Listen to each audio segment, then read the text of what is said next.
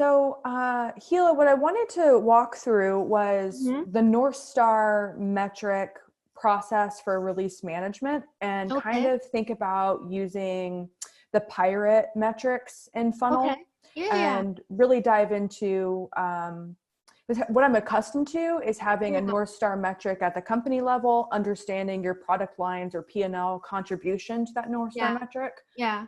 But it sounds like we're doing North Star at the group level, and we're allowing each stage to kind of then have their core North Star metric for their area, which is a little different than I'm used to seeing it. Yeah, yeah, yeah. I think what you described absolutely makes sense. I think here, because my assumption is because we have so many stages and products, right? And features and groups. So we want each group has your own North Star. But I agree 100%. We should assemble them some way in the bigger model to the company North Star. Otherwise, like it's still hard to understand the real impact of the work. And also prioritize across our portfolio. Like, how Exactly. do we assess headcount and make sure that we're funding areas truly Yeah, appropriately if we're not exactly. working toward the same goal? And of Yeah, course, IACV is really great, but then that underestimates the value and attribution of our Horizon 3 investments, which yeah, we'll be making right now, obviously. yeah, yeah. So completely agree with you on that. Okay, so Mhm. I have this agenda. I'll go ahead and share my screen and we can Yeah, sure. walk through my thoughts, Uh-huh. and then we can talk about what you would recommend about like the approach of getting this kind of off the ground. Can you Yeah, yeah. see Yeah, the I can see funnel? your screen. Okay. Yeah. So what we're tracking right now from an AMAL metric for releases is the Mm-hmm. count of release page views. And Okay.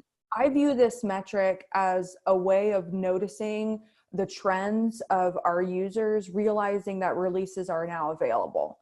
We, Okay. we only introduced releases about a year ago. So Okay. it's a fairly immature offering, but I would Uh-huh. still make this metric, that the current AML metric, an activation metric, or Okay. or really an acquisition metric, like people are becoming aware of it. And then once we realize that customers have started creating releases, that's like the population of conversion from they realize that the release page exists. I want a Mm-hmm. release page. This is a metric that I'm unable to calculate today. Mm-hmm. So this is an unknown metric. So maybe take a step back, just help me. I think part of Yeah. this, I'm learning about GitLab products. Release is something that will happen. You kind of submit an MR and it goes through the kind of the review process and get approved, and Yeah. then go through the release, or it's something else. Let me pull up like the GitLab DevOps Uh-huh. diagram, because I think it kind of helps to see where we're at in the cycle. Mm-hmm. So release is right here, if you can Okay. see this diagram. So it's Uh-huh. the right when you convert your binary or image and you Mm-hmm. package it with all of Mm-hmm. your merge requests, and then you Okay. make a release or a deployment to some environment. Okay. Okay. There is a bunch of like different opportunities once you make that conversion Uh-huh. from a binary over to an environment. This could be, I'm a developer and I've pushed my change to a Mm-hmm. staging environment, or I'm a Okay. release manager and I've pushed this to a production environment. Okay. Okay. So it's kind of the final step before this either go to actual production or staging, but basically this is the final push. Yeah, this is kind of like all the stuff that goes into making a Okay. production deployment, right? Okay. Okay. So that's what gets me down to, since we are so new, people were deploying with GitLab prior to the release's functionality, but the Mm, population of the customers that were deploying with GitLab was very small because they were unable to track that deployment over time. So mm, that's where like release management and the release stage is supposed to be enabling ultimately people's ability to deploy with GitLab. mm, So when I really, right now in the issues that I've been talking with my director, Kenny, I mm, have count of deployments as being the metric that's going to be tied to eventually like IACV and revenue. Like the more customers deploy with GitLab, the more likely they are to leverage upstream functionality of the CI/CD stage or section, ops section, and they're more likely to adopt monitoring the downstream section of a deployment. So when we look at breadth and expansion, deployment's that turning point. So the bridge between when somebody views the release page, they start creating releases, and then they decide to start leveraging deployments is where I notice the drop off, and where I want to like understand how to target and prioritize my product features. So that's exactly how I learned Pirate funnel metrics. So just wanted to kind of bounce this idea off of you and kind of figure out like how can I start applying this more readily for the release stage, if that makes sense.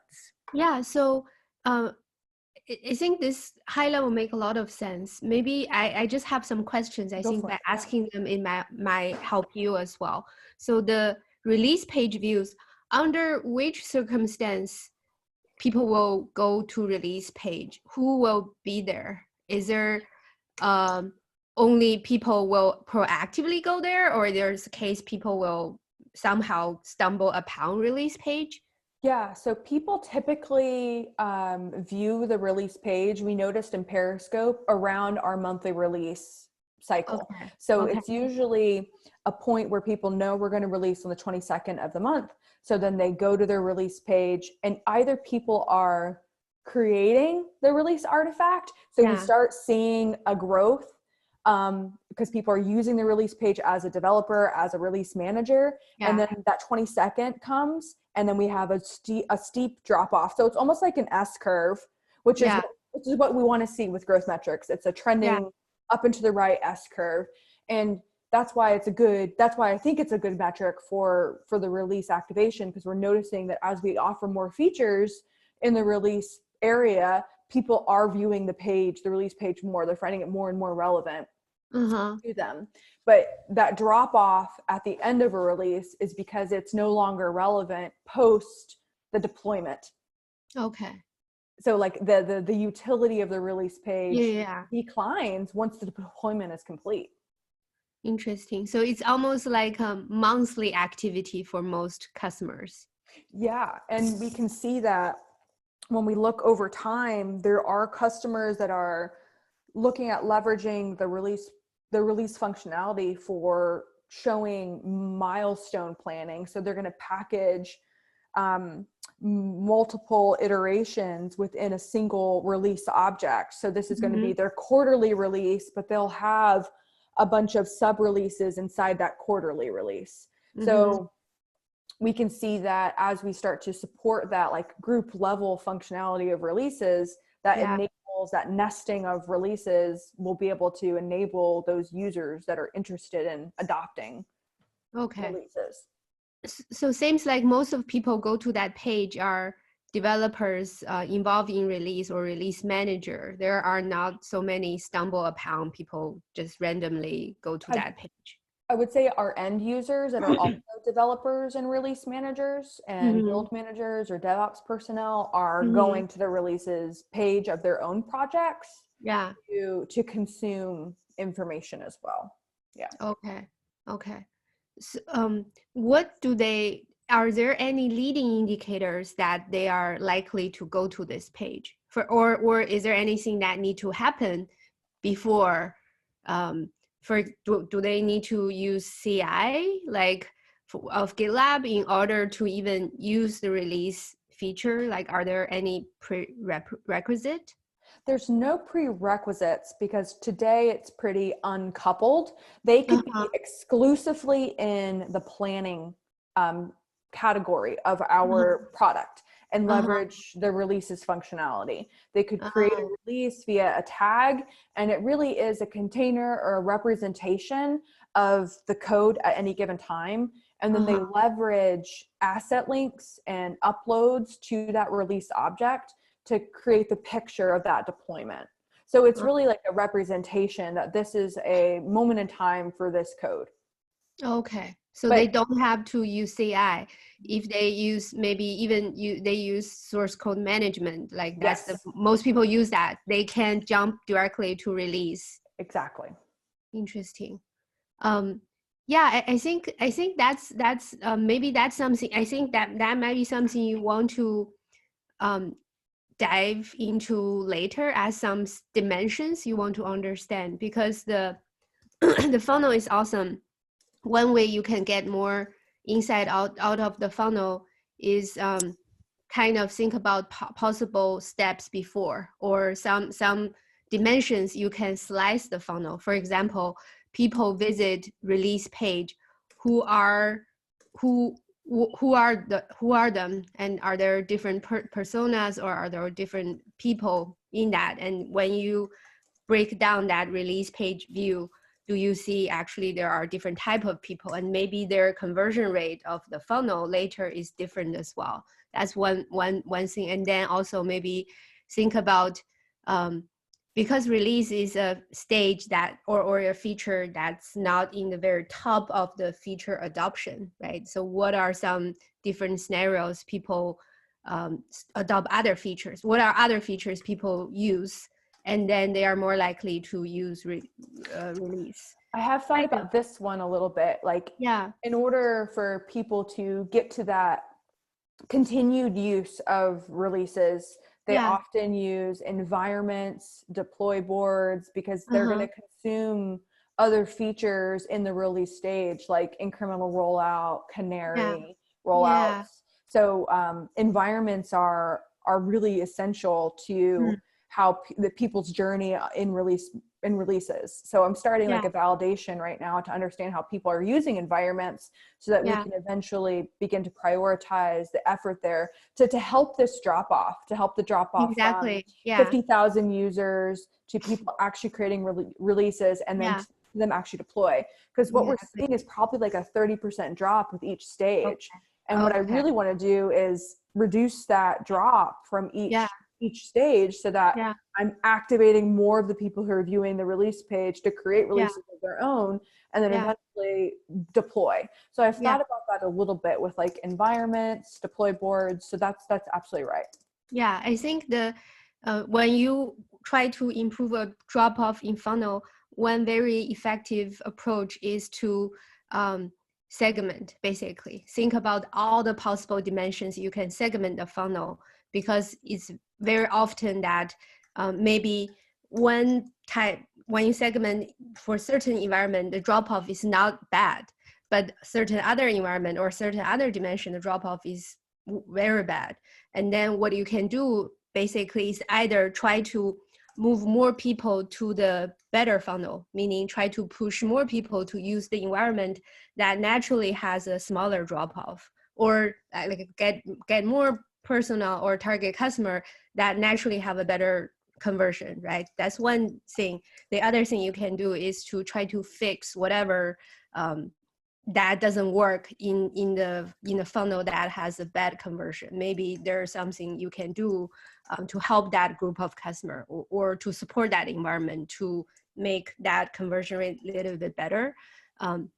I think your thinking is actually pretty advanced. You already have high level North Star, you already have funnel, you are already thinking about how to make the conversion rate better. So that's kind of one direction you can explore.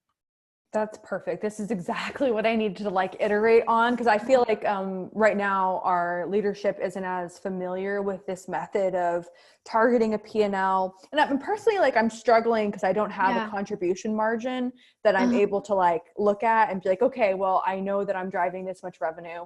How can I activate better revenue? Whether that's I'm going to target enterprise class features to make sure that I get more $1 million deals per, or I'm going to really hone in on the SMBs, because right now like SMBs are the biggest opportunity to penetrate more into white space. We can work together on that. Actually, that's something I want to work on. Like, I feel like the current methodology of trying to look at small only is hard, right? Like, more people using it doesn't mean anything. Like, some features naturally have a lot of people using it.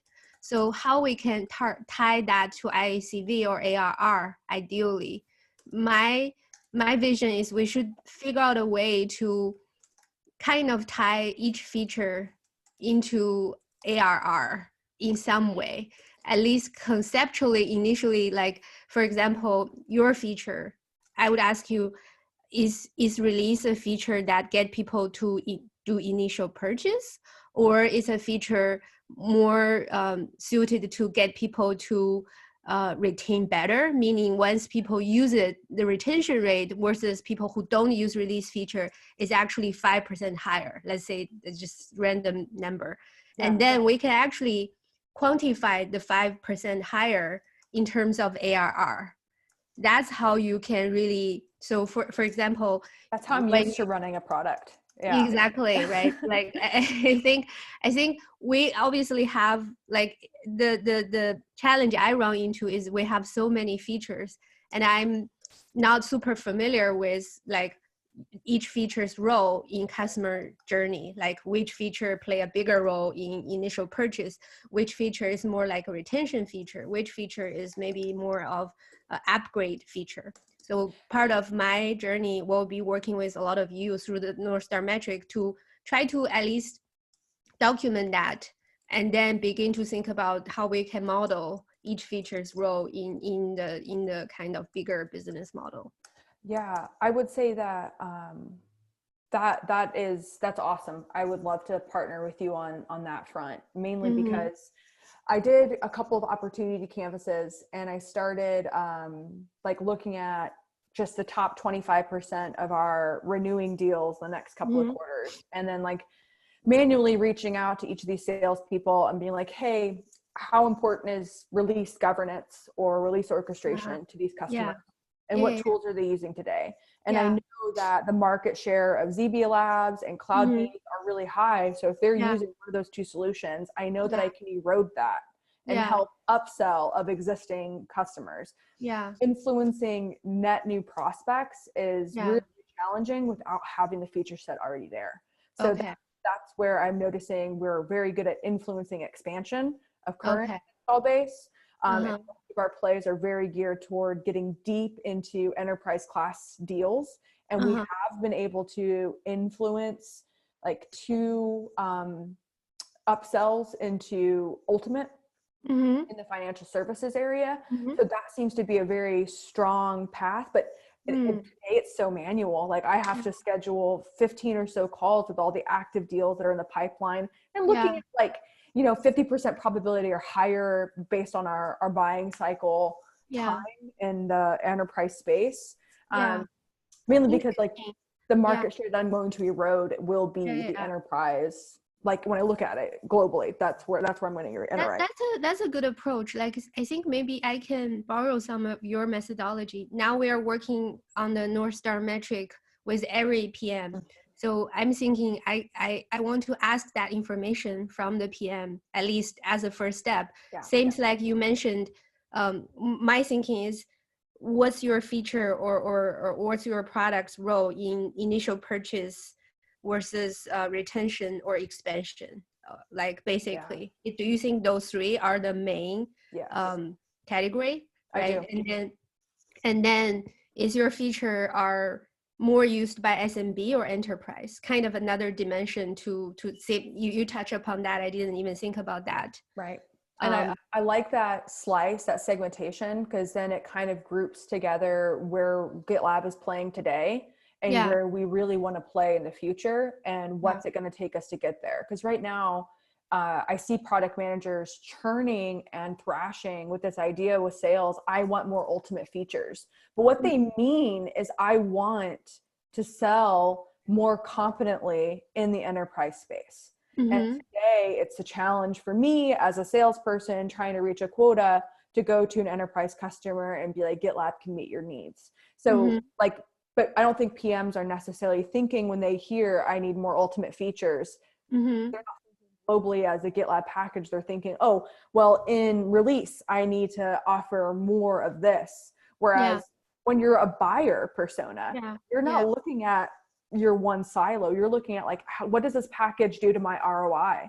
and how, and it's kind of like the value stream metrics, but we got to think about how does each stage like plug into that upstream value, and how do we like show the ROI of each stage back to an enterprise customer, if that's where we want to go as a company. Cool. I think that's a great point. I learned something from you as well. Well, awesome. This was so helpful for me. Thank you for connecting. As far as constructing a funnel diagram, is there like a certain, would you recommend like using Periscope for that and asking like the data team to help assemble that? Like what's the right approach there? So the approach will be, I think, Sid and Kat, so the data manager, and Cat telemetry. So the high level approach is you will create a ticket in data board. Okay. And as talking about, here is the selected North Star metric. In your case is like number of deployments, seems like, right? Yes. Or like I would suggest, I think that we will ask for alternatives, because they will help you to see that which one is available. Like maybe a deployments is available, then that's awesome. If something else is not available, what are alternatives you are willing to start with, right? And then they will help you, they will ask you some questions. Why do you think this makes sense? And blah, blah, blah. And they will also ask you, what's the current situation? Is this data available or not? Do you need to actually track this? If it's not available, then there are some instrumentation need to be done. If it's available, then there might just be some dashboard data team can help you build, right? And then, so the initial effort will be really focused on North Star, but you can add like some secondary metrics just to have it there so that they can think about it. But initially, I think because of the bandwidth, they will probably mainly focus on making the North Star metric available to you. Perfect. And do you know, do you have number of deployments tracked as of today? So today it's per user. It's not, and that's not as meaningful. When I look at total count of deployments versus total count per user, we're just seeing the number of users that are touching a deployment, whereas the deployment's going to be what's the total count across all of our instances. I think that makes sense. And then what make kind of the release created, why people can create a release but not deploy? What's possible reason for that? So if they don't use CI, then they won't be able to deploy with GitLab, because CD will be required, like the whole CI/CD section. Like if they're not leveraging the YAML file and they're not pointing to a target environment and they're not setting up a cluster within GitLab, then those things are going to like reduce the ability to effectively. So you just said they can create a release without CI, but they cannot deploy without CI. Right. Okay. So still seems like CI is a prerequisite, at least for deployment, maybe not for release. Do they get value from just create a release without deploying? They can. So for like inner sourcing companies, there's short answer is there's qualifying use cases where yes, it makes total sense to derive value, but for most GitLab companies that are looking at trying to further their CD adoption, the continuous delivery adoption, releases are only valuable in context of being able to monitor their own deployments to certain. So here's a really good example. Say that I'm a customer and I have 300 end users that all have 15 different versions. I use the releases page to show that I'm deploying this version to this AWS environment, this version, this AWS environment, and this version, this AWS environment. And have the chain of custody of what's that current production environment for that particular customer or that particular version.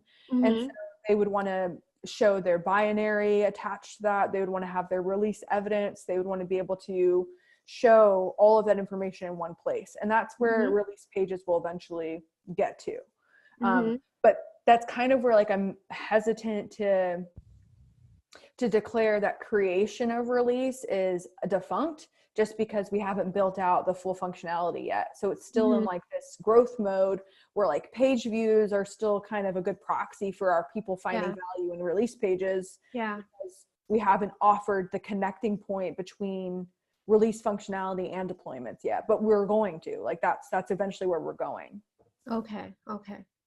Makes sense. And then I didn't look at I think in the funnel, you also have the referral and monetization. Yeah. Does that apply? When I look at IACV, I don't see a clean way to show people who have more releases created are driving more revenue. And I think that that's because the current metrics that I have, which is just the page views, are conflated by non-paying customers. Right? Because free customers are also viewing our, and there's not data to suggest that those page views are attributable to a tier, right? Yeah. So today I have just this idea of the manual attribution that I'm doing, like how much IACV am I able to influence by offering this functionality. But it's like a manual calculation. Like obviously it's not built out. How do you calculate that manually even? So it would just be, hey, salesperson, if we had this feature available, how likely would your customer be to close this deal? And then it's like a retroactive kind of calculation if they closed or didn't close, right? Okay. So it's like sales basically give you a rough idea. Right. I mean, that's better than nothing. But I think it would be hard for sales to attribute to a single feature, though, I would imagine, right? Like if you asking them, particularly for release, if you have this feature for release or not, does that change? Yeah, and that's where it's more like conceptually, what are your customers trying to accomplish? And then we map it back to one of our category visions. So for example, I was just wondering, do you have ever looked at customers using C release? Are they more likely to retain better? Yes, we do see that, but today it's because releases and deployments are so highly correlated. And since I don't have like count of releases created versus count of releases created and those that are deploying, I'm not able to ascertain if that's confounded. Like if really the driver there is I'm retaining because I'm deploying with GitLab rather than I'm retaining because I'm created releases. So I need that like releases created first and break that part out, and then I can show the Venn diagram of like what's attributable. Okay. But would you say that release is more a retention feature? Yes.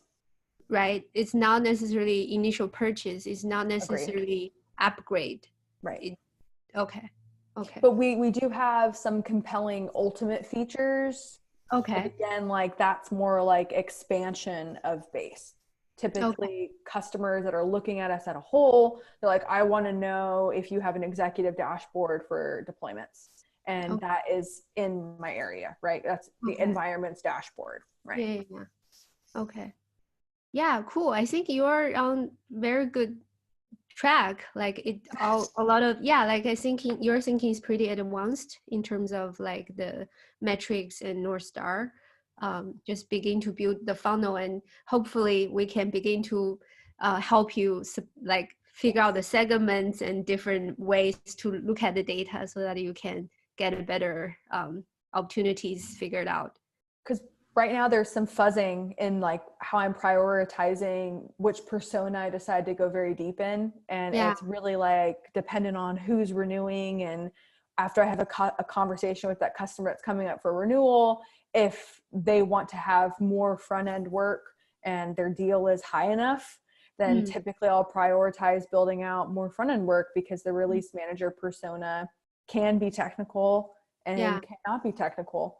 So Yeah. it's a hard, like right now I sometimes feel like I'm misstepping because I don't Yeah. necessarily have the data 100% to validate that I should be investing deeper in API or deeper in UI functionality. Yeah, yeah, So definitely. I think hopefully with this process there will be more. Yeah, I think it will still be challenging. It's never yes. 100% math, but like with more, we can hopefully learn better. Exactly. Yeah, Well, yeah, Gila, thank you so much for your time. This has been so valuable for me. I will go ahead and create that data team ticket and start yeah, thinking about the North Star instrumentation and getting yeah, that funnel created in Periscope. That will be awesome. yeah. Cool. I enjoy it as well. Like I learned a lot from you as well. And feel free to reach out in the future if you need any help or anything. Ah, perfect. Thank you so much. I appreciate your time. Have a good one. No problem. Bye. Bye.